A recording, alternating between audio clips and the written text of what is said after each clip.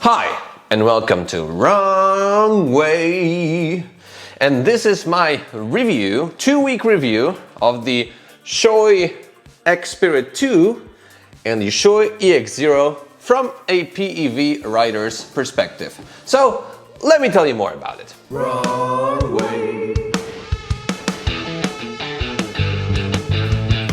And right away, also huge thanks to Shoei Poland for providing me these helmets for testing purposes. And now there's actually a 10% discount on these helmets. If you just DM or write an email to Shoei Poland and mention that you watch the Wrong Way channel and that you have a portable electric vehicle, then you will receive a 10% discount on these helmets. So huge thanks for that. And now let's move on to the review. And maybe the first thing I wanted to mention, pretty much didn't ride my usual O'Neill backflip helmet during those 2 weeks, and when I did put it on, it felt really like cheap. I mean, it's light, and that's a good thing about it, but I really didn't feel safe in it. So yeah, I'll be definitely getting one of these helmets because with the speeds I'm going at now, with the Venom Total Top right behind me and the Veteran Sherman, I think this doesn't suffice anymore. Maybe let's start, I don't know with which one I'd like to start, because these are like totally two different helmets, and in the meantime I also did get some additional things from Shoei to make them even better.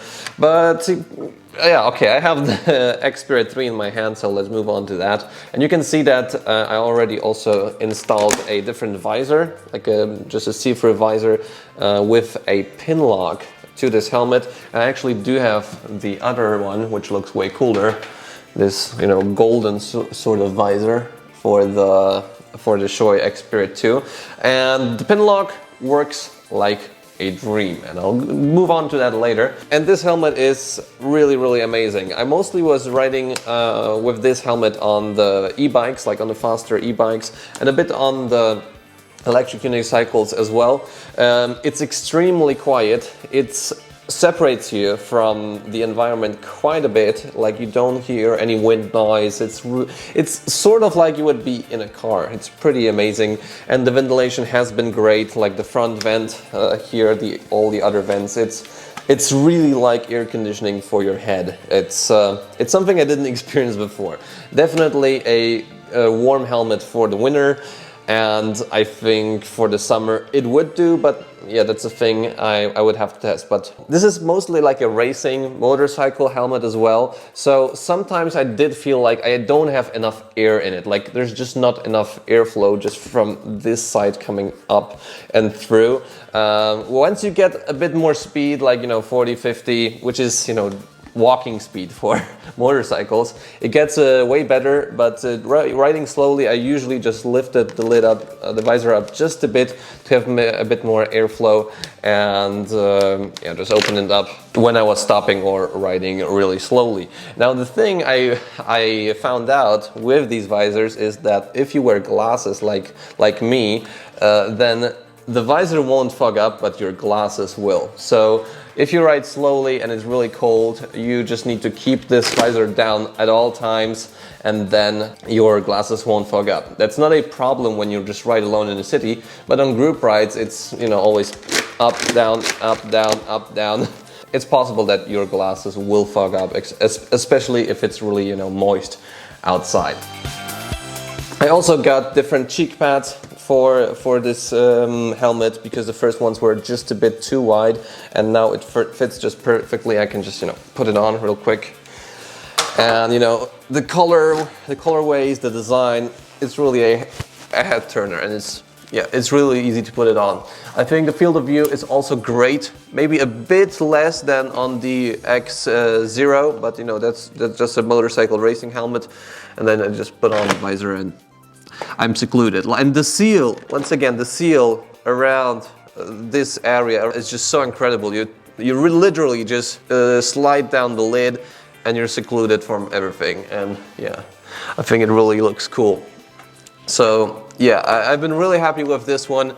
This thing is sort of the most important part now when riding in the winter, the defroster, just to have no humidity inside here, no fog building up. I've also been using this setting a bit to just lift the lid up just ever so slightly to provide some more air. This worked pretty fine, and I have the see-through visor now because I was riding in the rain and also in the night, and this works perfectly fine. There's also no reflections. Yeah, just a really good job. And once again, to change the visor, really simple. You just lift it up, you pull on this tab right here, and then it just pops off, and you do the same thing on the other side. And then to mount it again, you pull it, flick it in, and you're set. And there's also 5 years of warranty on the helmet. They also exchanged this as a warranty part, as a part that gets used. And now let's move on to the EX0. This is sort of like a retro-inspired motorcycle helmet, like a cross helmet. And there's also a cap to it. Let me just find it real quick. It looks just like so, so we just put it on here. Button, and that's basically how it looks like later. I was riding like that also for a bit, but I found that it was just a bit too much top heavy then, and it really didn't like benefit me that much when riding in rain, so I just rode without it. This helmet is awesome. Like, it's not that much heavier than my O'Neill one. It's just 100 grams. You do feel the weight a bit, but it's not that much to, you know, to be uncomfortable over a longer period of time. This was the helmet I was using mostly on electric unicycles, riding it slower, and sometimes also did ride on e-bikes with this helmet, just, you know, to have a comparison between those two. And, you know, this is just awesome. Like, to not have any sort of goggles on the lid and just this visor, it works just really well in this helmet. It's not that warm like a set of good goggles, because still there's air coming through here, especially if you turn your head while riding, there's air coming through here.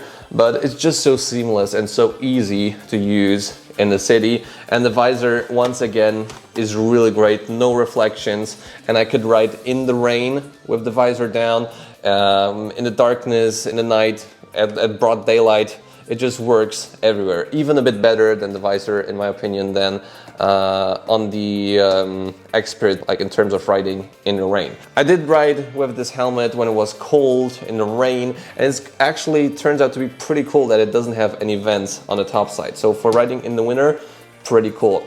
When it's warmer though, you can definitely feel like the warmth and the lack of any ventilation up in the top. I mean, there's some air coming through here, passing through, and through this, you know, piece in the front, but yeah, definitely not as much as on the X-Spirit. But once again, in the winter, really, really cool. This helmet is also much simpler. I did also get like a see-through visor, but I never used it because this just works so well, and it's even easier to put it on than the X-Spirit 2. And this is how it looks like when I put it on.